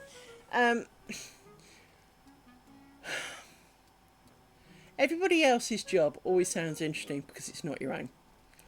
I was talking to my neighbour yesterday, and one of the things that I said to him, I said, you think about this. Imagine you are a hip replacement specialist. You're doing an operation. You think that doesn't get boring and repetitive? Once a week's quite a fair reasonable rate.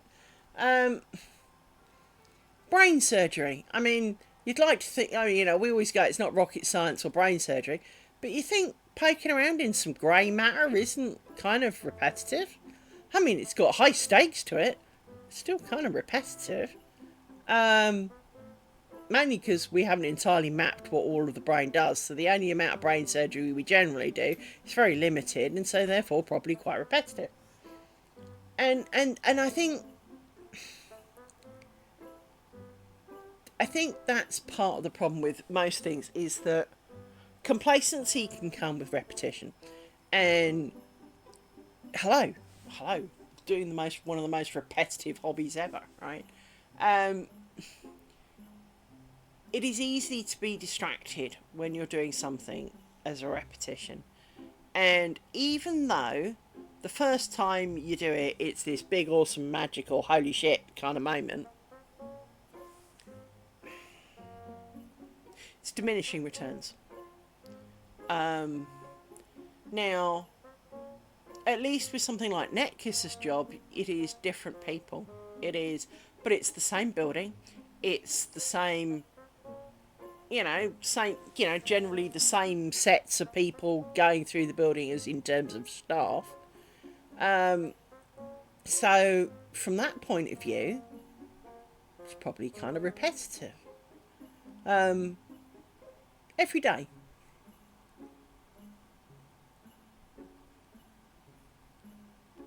Oh, sniffy dogs. I must admit, in my previous employer, they had a blind lady come in and talk about her guide dog, and a lady from Guide Dogs for the Blind. And you were allowed basically to bunk off your job for an hour and go and watch this talk.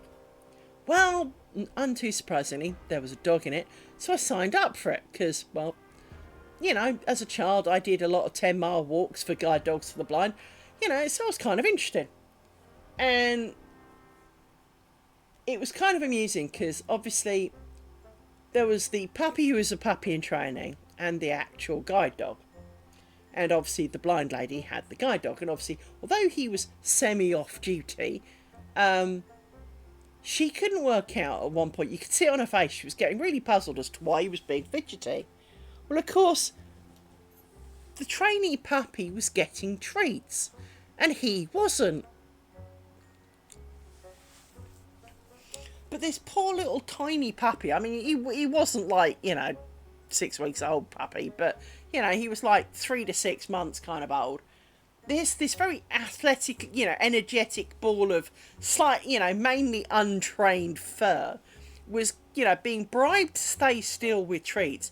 And of course, the poor guide dog wasn't getting any and was feeling a bit put out because he was not an old soul. He was not, You know, he wasn't kind of like, youth is wasted on the young. No, no, no. He was still quite young, and so kind of, you know, we got to talk to them afterwards, and I said, you looked really puzzled why your dog wasn't sitting still. I didn't understand. I went, the lady, what you couldn't see, obviously, is that, you know, I had a really great view because I could see that the trainee puppy sitting with the lady from Guide Dogs from the Blind was being bribed to sit still by getting treats. Your dog was upset because the other dog was getting treats and it wasn't. And I said, poor soul, she'd seen the look on his face. And it was kind of like, he knew he was working, but the other one was getting food. And, well, you know, all dogs are ruled by stomachs. And he felt uncomfortable because he's like, well, why not me? And so she gave him a treat and he was a lot happier. But, you know, it was really nice because she talked a lot about what it was like for her before she had a dog and how the dog helped with her life. No worries. But, you know, it was the how her dog gave her independence, how her dog made so much difference in her life, and, you know, why it was so important. But one thing I did learn when doing it is I always assumed that guide dogs for the blind kind of got their puppies from rescues. Because, you know, this country has, you know, wall to wall dog rescues full of, you know, unwanted animals. No, they actually breed them. They deliberately breed a certain mix of species for guide dogs. They're not pure Labradors. Even though they look like pure Labradors, they're not pure Labradors, and they actually breed them. Speaking of which, if you ever want to read up about guide dogs, as a child, it was a book recommended to me, and I did read it. It's a book called Emma and I. And Emma and I is about a blind lady and her guide dog. Written from the guide dog's point of view by the blind lady. The blind lady can now see, she's probably dead now because it was quite a while ago. She might be dead now, so let's not dwell on that thought. But it was the blind lady got to see, and she got to keep Emma, obviously. But it's all about Emma's training, the things she learned, the mischief she got up to, and it's a really well written book from the dog's point of view. And I really loved that book as a kid, and because it was so readable, because you really kind of got into, you know, kind of all a squirrel kind of that puppies have, and eating things and all the rest of it, and the challenges and the successes and fails and the things that they had to learn, and it was really quite interesting. But if you think of, you know, now we live in a world where there are many kinds of service dogs. Sometimes it's interesting for to consider the training they go through to be that. But guide dogs do seem to have. It's almost like being an American Marine. The American Marines are almost the elite version of some of the others, right? It's not that the rest of them are crap at their jobs, but these guys are almost made different, right? And these dogs, you know, when they have their harnesses on, you see such a shift in personality because they know they're on the job. They know they're responsible for the safety of someone.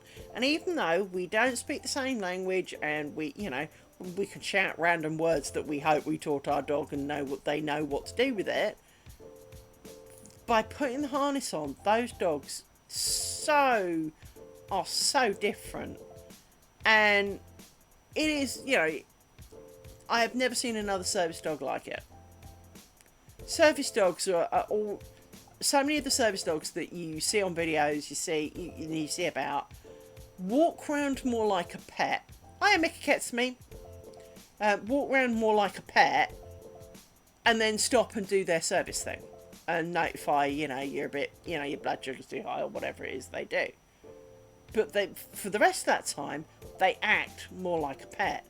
Guide dogs don't. Guide dogs are like Marines, and they are very much on duty. And even sniffy dogs. So even the sniffy dogs, they are so busy enjoying it, it's not the same. I mean, they're very good at it, and they absolutely love it, which is great. I mean, don't you wish you loved your job like a sniffy dog does? I mean, they absolutely love it. But police dogs can be very much like it as well. They do tend to have an on and off duty kind of button. But nothing like a guide dog. Nothing like a guide dog. They are proper special, they are. But it was a really interesting talk. I don't remember all of it because it was a long time ago now. But it was very interesting to see and hear about how, the RSP, the guide dogs actually are bred to be guide dogs. Now, obviously not all of them succeed, but they almost, that they are bred to be guide dogs, which is kind of weird.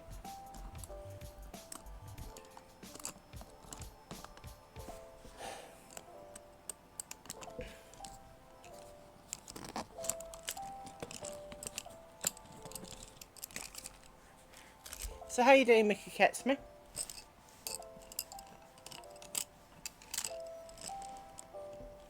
No, I need to take a photo of this because I want to check I didn't stuff it up. Because to be honest, I'm not convinced.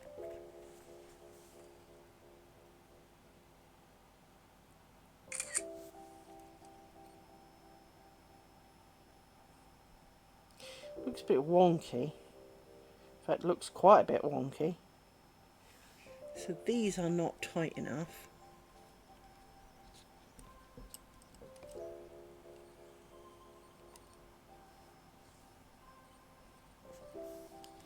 They look a bit better, but these probably still... Which one is it? Is it this one? No, it's these two. These two need to get a bit more like that. I know it seems pedantic, but that looks a bit better. I can see from here it looks a bit better.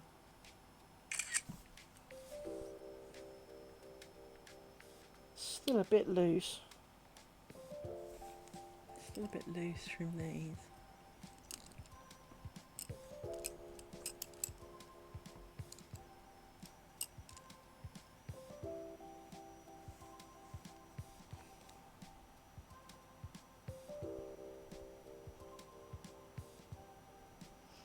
But it is not wrong. That is the key aspect of our findings, is that it is not wrong. Which is a good thing, because, well, we are known for making errors, are we not?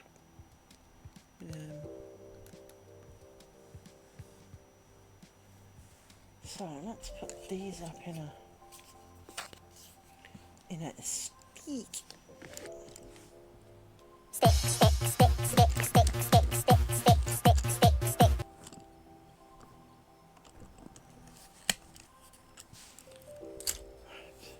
you. Which takes you.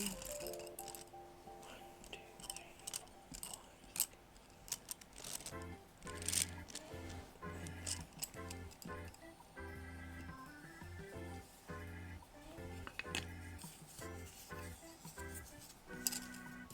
5.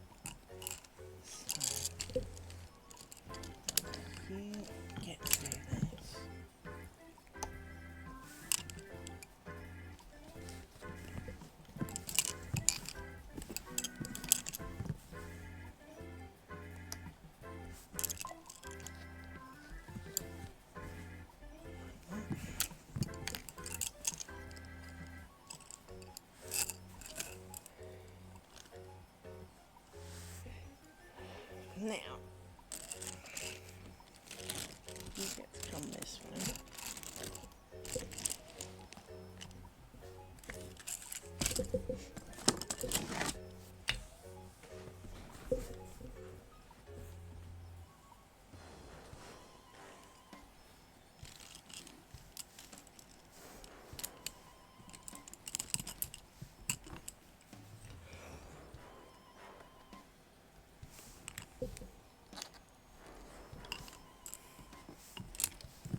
Actually, we need to make you distinctly longer because you're all a bit short.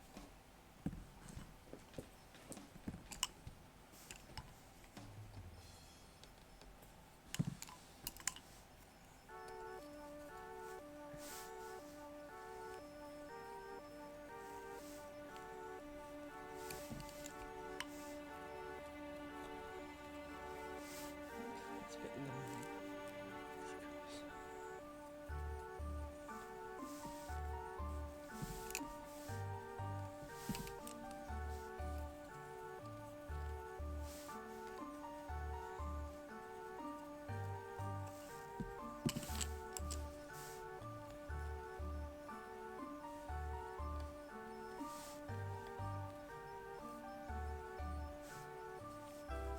Tidy you a little bit.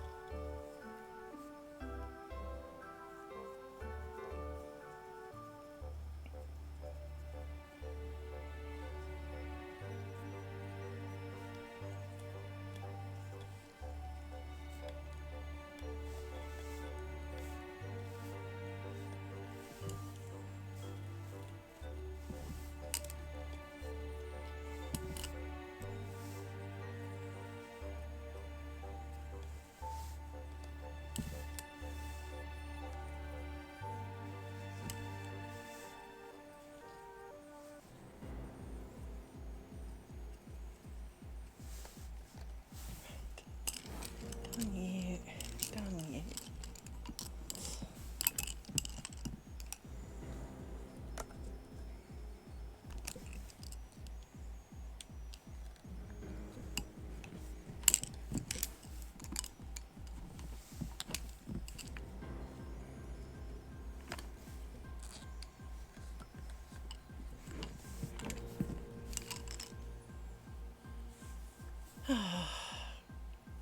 Oh, my friends, we've made the 3 inches actually. One thing we should do is update the doody.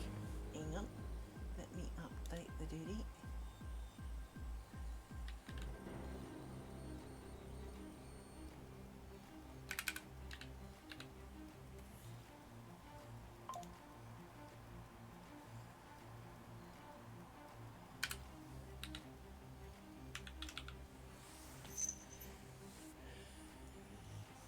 Oh, on my left hip.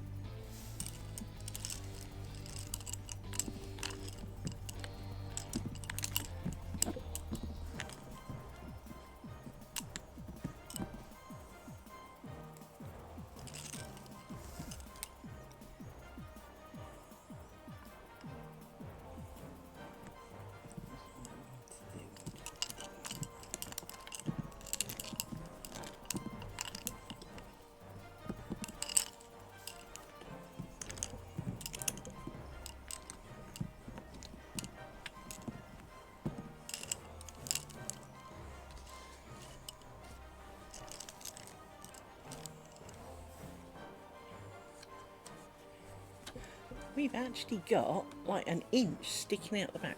You can't really see that. Hang on, let me pull my table forward. Look, if I do this, look, we've got like an inch now sticking out the back.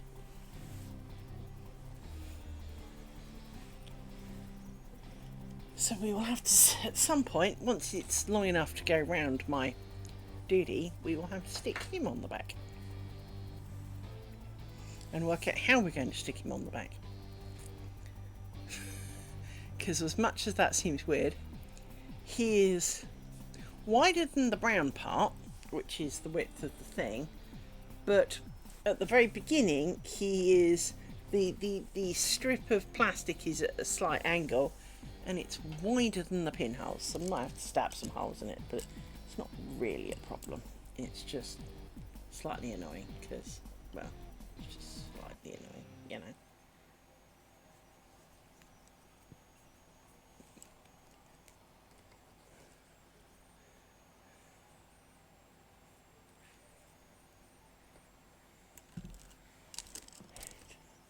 Need a pin.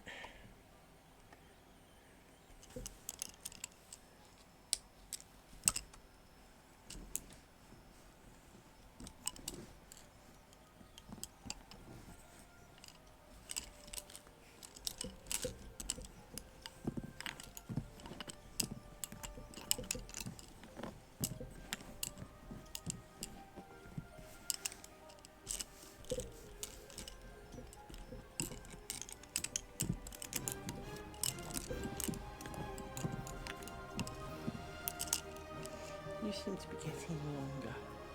Stop it. Don't mind you being a little longer, but there's limits. And then, that's right.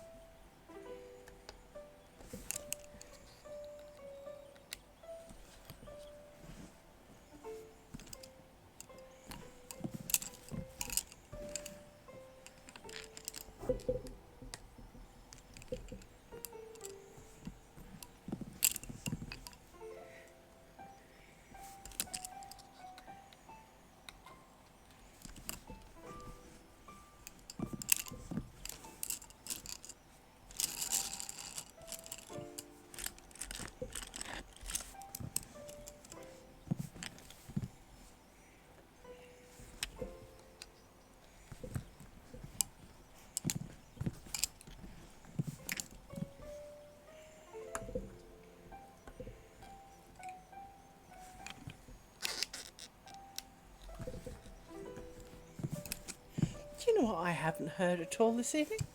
Flies. We haven't had a single moth or a fly today. Shows you the change in weather. They'll buck it off.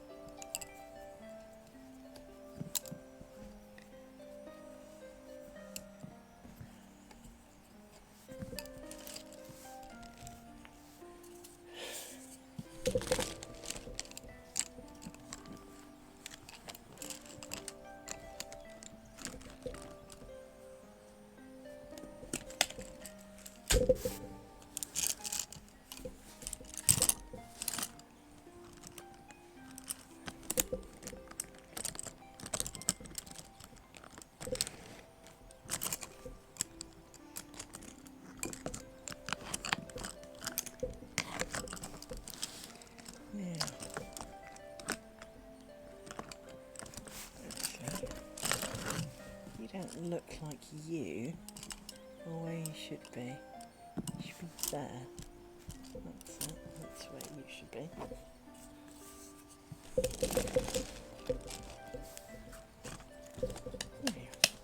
See, this one's a bit baggier than the others. No. Right, I'm going to call it quits there today. And rescue those strings from behind the pins because, well, that's the thing. Just as, so are you, like that, and so is you. Can we have you? There's my tweezers. Some tweezers.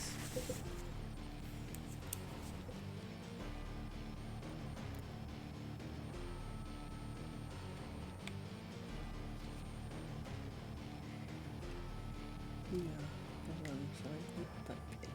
There you go, you're on the right side of the pin.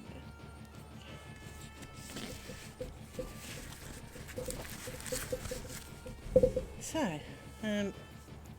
just tilt you forward a bit because